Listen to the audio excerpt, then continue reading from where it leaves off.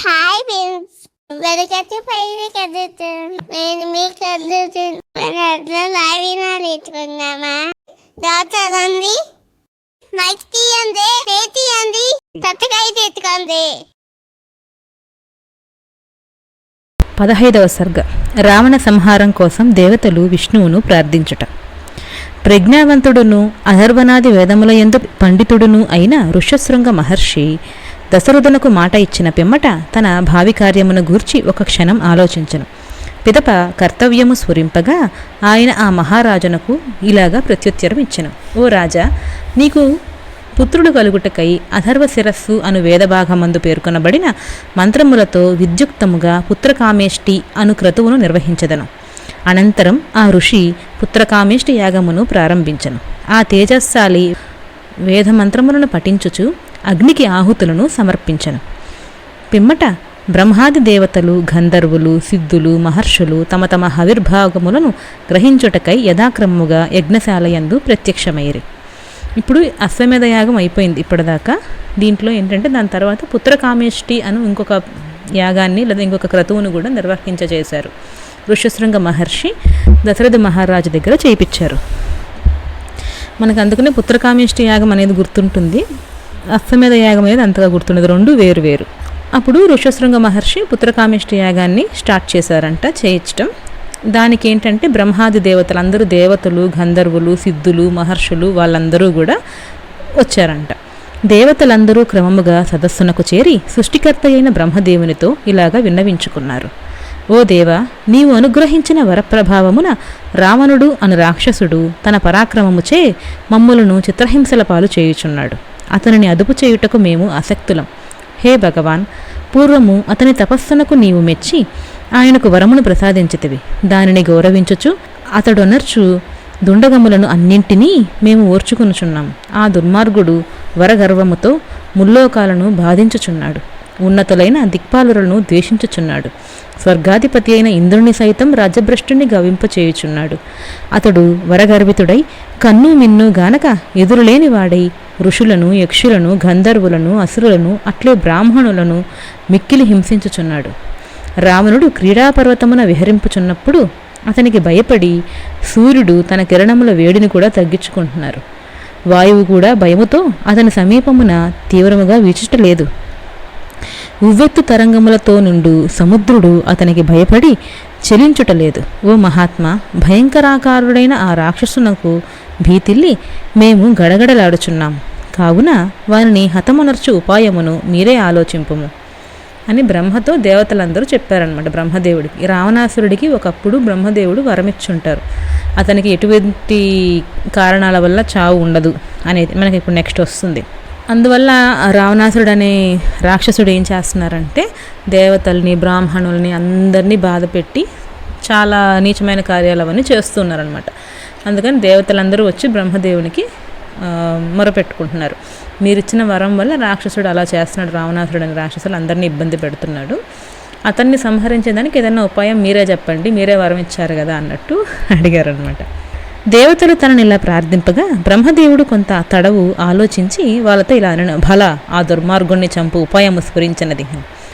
గంధర్వులచే కానీ, యక్షులచే కానీ, దేవతలచే కానీ, దానవులచే కానీ, రాక్షసులచే కానీ నాకు చావు లేకుండున్నట్లు వరమిమ్ము అని రావణుడు ప్రార్థించాడు. నేను అలాగే అన్నాను. అంటే రావణాసురుడు ఆ వరం అడిగే టైంకి అతనికి మనుషులంటే చిన్నచూపు, మానవ జాతి అంటే చాలా చిన్నచూపు అన్నమాట. ఆ రావణుడు వరము కోడెడి సమయమున మనుష్యుల ఎడవానికి గల చులకన భావముచే వారి వలన చావు లేకుండున్నట్లు అడగలేదు. కాబట్టి ఈ దానవులు, దేవతలు వీళ్ళు కాకుండా మనుషుల చేతిలో మాత్రమే అతని చావు ఉంది. కావున మానవుని చేతిలోనే అతని మరణం సంభవం, ఇతరుల వలన కాదు. బ్రహ్మదేవుడు పలికిన ప్రీతికరమైన ఈ పలుకులను విని దేవతలు, మహర్షులందరూ కూడా ఆనందంతో పొంగిపోయారు. ఇంతలో జగన్నాథుడైన శ్రీ మహావిష్ణువు శంఖచక్ర గదాపాని అయి పీతాంబరధారి అయి దివ్య తేజస్సుతో విరాజిల్లుచు యజ్ఞశాలకు అరుదించెను. అంతటా మహావిష్ణువు బ్రహ్మతో కూడి అచట ఉపస్థితుడాయను. పిమ్మట దేవతలందరూ ఆ దేవదేవుణ్ణి సంస్తుతించి సాగిలపడి మ్రొక్కి ఇలా ప్రార్థించిరి. ఓ మహావిష్ణు, లోక కళ్యాణ కాంక్షతో నిన్ను మేము ఇట్లు వేడుకొంచున్నాం. అయోధ్యాపతి అయిన దశరథ మహారాజు సర్వసమర్థుడు, ధర్మజ్ఞుడు, ఉదార స్వభావం కలవాడు, మహర్షితో సమానమైన తేజస్సు కలవాడు. అతని 3 భార్యలు కూడా దక్షకన్యలైన హ్రీ, శ్రీ, కీర్తి అనువారితో సమానులు. వారికి 4 రూపములలో పుత్రుడవు కమ్ము. రావణుడు వరప్రభావమున లోకకంటకుడాయను. అతనిని దేవతలు ఎవ్వరూ చంపజాలరు. నీవు మానవుడిగా అవతరించి యుద్ధమున అతనిని హతమార్చుము. రాక్షసుడైన ఆ మూర్ఖరావణుడు పరాక్రమ గర్వముతో దేవతలను, గంధర్వులను, సిద్ధులను, మునీశ్వరులను యుక్తాయుక్త విచక్షణ లేకుండా మిక్కిలి బాధించుచున్నాడు. ఆ క్రూరుడు ఋషులను, అట్లే నందనవనమున విహరించుచున్న గంధర్వులను, అప్సరసలను కూడా హింసించుచున్నాడు. సిద్ధ గంధర్వ యక్షులను మేమును మునులతో కూడి ఆ క్రూర రావణుని సంహారము కొరకై ఇచ్చటికి వచ్చి మిమ్ము శరణు పొందుచున్నాము. ఓ శత్రుభయంకర, ఓ మహావిష్ణు, మా అందరికీ నీవే దిక్కు. కావున దేవతలకు శత్రువులైన రాక్షసులను వధించుటకై మానవుడవై అవతరించుట సంకల్పింపుము అని దేవతలందరూ కూడా విష్ణుమూర్తిని వేడుకున్నారు. బ్రహ్మాది దేవతలు ఇట్లు ప్రార్థింపగా సకల లోకారాధ్యుడు దేవదేవుడు అయిన శ్రీ మహావిష్ణువు తనను శరణుజొచ్చిన ఆ బ్రహ్మాది దేవతలందరితో ఇలా అన్నెను. భయమును వీడుడు, మీకు భద్రత చేకూరను. క్రూరుడు, దురాత్ముడు, దేవర్షులను బాధించుచున్నవాడు ఆ రావణుణ్ణి, అతని పుత్రులను, పౌత్రులను, అమాత్యులను, బంధువులను, మిత్రులను, జ్ఞాతులను అందరినీ లోకహితార్థమై యుద్ధమున హతమార్చి తీరెదను.